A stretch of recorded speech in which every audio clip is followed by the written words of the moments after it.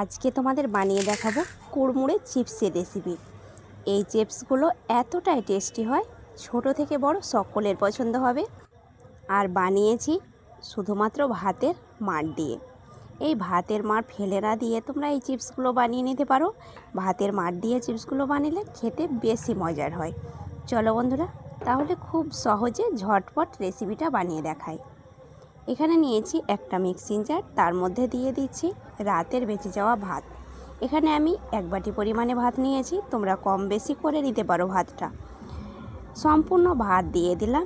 এবার সামান্য পরিমাণে দিচ্ছি জল। একটু পাতলা হয়ে গেলেও কোনো প্রবলেম নেই বন্ধুরা। এবার ঢাকা দিয়ে বেন্ড করে নেব। আর এমনভাবে বেন্ড করবে যেন ভাতের গোটা ভাবটা না থাকে, মসৃণভাবে পেস্টটা তৈরি হয়। ভাতের পেস্ট রেডি হয়ে গেছে। এবার বন্ধুরা চুলোর মধ্যে একটা কড়াই বসিয়েছি। কড়াইয়ের মধ্যে দিয়ে দিচ্ছি ভাতের মাড়। 1 বাটি পরিমাণে আমি ভাতের মাড় নিয়েছি, আর মাড়টাকে দিয়ে দিলাম। এবার বন্ধুরা দিয়ে দিচ্ছি স্বাদ মতো লবণ। এই চিপসের মধ্যে একেবারে লবণের পরিমাণটা কম দেবে, সামান্য পরিমাণে আমি লবণ অ্যাড করে দিলাম। তারপরে একটু নাড়াচাড়া করে নিচ্ছি। এবার কড়াইয়ের মধ্যে দিয়ে দিচ্ছি ব্লেন্ড করে রাখা ভাতের পেস্ট। সম্পূর্ণ ভাতের পেস্টটা আমি দিয়ে দিচ্ছি। আর বন্ধুরা তোমরা যে পরিমাণে চিপসটা বানাবে সেই পরিমাণে ভাতের পেস্টটা বানিয়ে নেবে। ভাতের পেস্টটা দেওয়ার সঙ্গে সঙ্গে বন্ধুরা নাড়াচাড়া করে দিতে হবে, তা না হলে গোটা ভাত বেঁধে যাবে। তাই আমি দেওয়ার সঙ্গে সঙ্গে ভালোভাবে খুন্তি দিয়ে ভাতের পেস্টটাকে মাড়ের সঙ্গে মিশিয়ে নেব। ভালোভাবে মেশানো হয়ে গেছে। এবার অনবরত আঁচটাকে কমিয়ে দিয়ে নাড়াচাড়া করতে হবে। এবার বন্ধুরা দিয়ে দিচ্ছি 1 চামচ পরিমাণে ময়দা বা চালের গুঁড়ো তোমরা 1 চামচ অ্যাড করে দেবে। দেখবে কুড়মুড়েগুলো আরও বেশি মুচমুচে হবে। ভালোভাবে ময়দাটাকে মিশিয়ে নিচ্ছি। আর দেখো বন্ধুরা ঘন হতে শুরু করেছে। আঁচটাকে কমিয়ে নাড়াচাড়া করতে থাকবে, অল্প সময়ের মধ্যে ঘন হয়ে যাবে। বন্ধুরা তোমরা দেখেই বুঝতে পারছো যে কতটা ঘন করে এটাকে নামাতে হবে। এই রকম ঘনত্ব যখন চলে আসবে তখন কড়াইটাকে নামিয়ে রাখবে। দেখবে 10 মিনিটের মধ্যে আরেকটু ঘন হয়ে গেছে। এবার বন্ধুরা এই ব্যাটারটাকে আমি 2 ভাগে ভাগ করে নেব। একটা বাটির মধ্যে কিছুটা ব্যাটার উঠিয়ে নিচ্ছি। আর বন্ধুরা এই রকম ঘনত্বেই ব্যাটারটা বানিয়ে নেবে, এর থেকে বেশি ঘন করতে যাবে না। এরপরে আমি একটা থালার মধ্যে কিছুটা তেল ব্রাশ করে নিচ্ছি।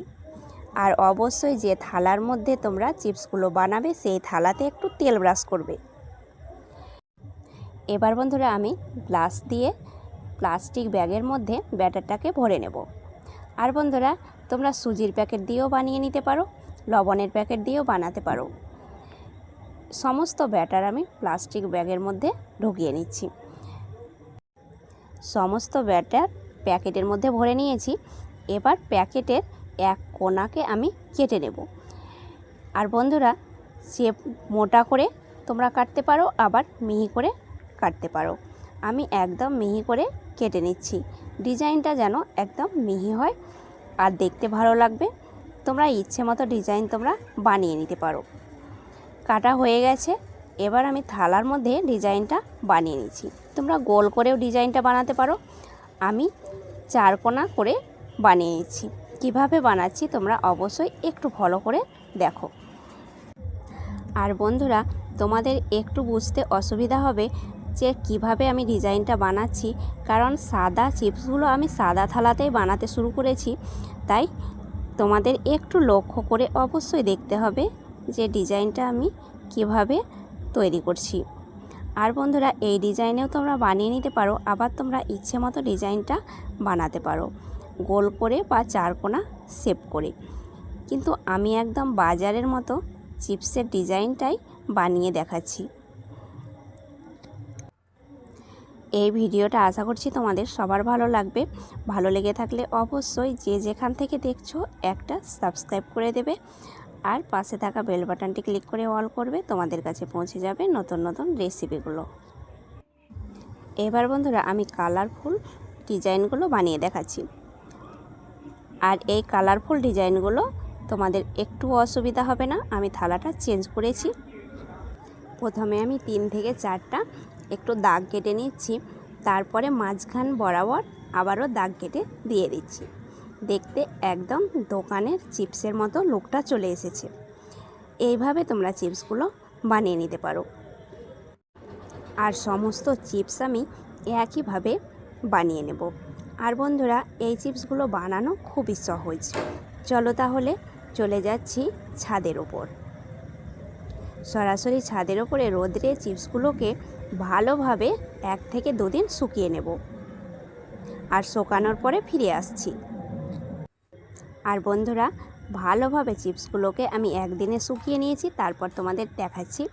আর শুকানোর পরে আমি একটা থালাতে করে নিয়েছি। আর বন্ধুরা, দেখতেই পাচ্ছ ডিজাইনটা একদম কতটা সুন্দর হয়েছে। এবার ভেজে নেওয়ার জন্য একটা কড়াইয়ের মধ্যে সাদা তেল বসিয়ে দিয়েছি। তেলটাকে মাঝারি আঁচে ভালোভাবে গরম করে নেব।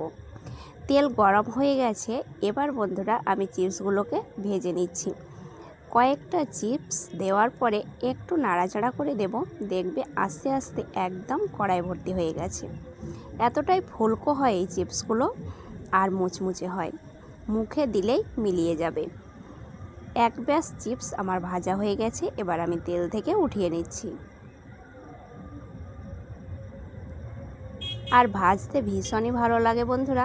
তেলে ছাড়ার সঙ্গে সঙ্গে একদম আর 1 ব্যাচ আমি ভেজে দেখাচ্ছি। কিছু পরিমাণ চিপস দিয়ে তেলের মধ্যে একটু নাড়াচাড়া করলে একদম ফুলকো হয়ে যাবে। এই রেসিপিটা দেখতে যতটা সুন্দর, খেতে ভীষণই মজার। তোমরা চা কফির সঙ্গে এই রেসিপিটা বানিয়ে খেতে পারো।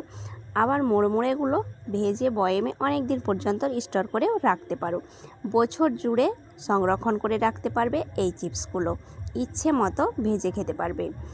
আর ভাজা ভীষণই সহজ বন্ধুরা। চা বসিয়ে তোমরা 1 থালা চিপস ভেজে নিতে পারবে। তাহলে বন্ধুরা, এই চিপসের রেসিপিটা কেউ মিস করবে না। একদিন হলেও বাড়িতে বানিয়ে খেতে পারো। আবার বন্ধুরা, এটা বাচ্চারা ভীষণই পছন্দ করবে। এতটাই নরম হয়, হাতে নাড়াচাড়া করতে করতেই ভেঙে যাবে, এতটাই নরম চিপসগুলো তৈরি হয়। আর সব থেকে বড় কথা, তোমরা ইচ্ছে মতো ডিজাইন করে বানিয়ে নিতে পারবে চিপসগুলো। আমি কয়েকটা চিপস তোমাদের ভেঙে দেখাচ্ছি যে কতটা মুচমুচে হয়েছে চিপসের ভিতরটা। আর ডিজাইনটা দেখো কতটা সুন্দর ফুটে উঠেছে, একটুও ভেঙে যায়নি। তাহলে বন্ধুরা, দেখলে কতটা মুচমুচে হয়েছে এই চিপসগুলো। তাহলে বন্ধুরা, আজ এই পর্যন্তই। ধন্যবাদ।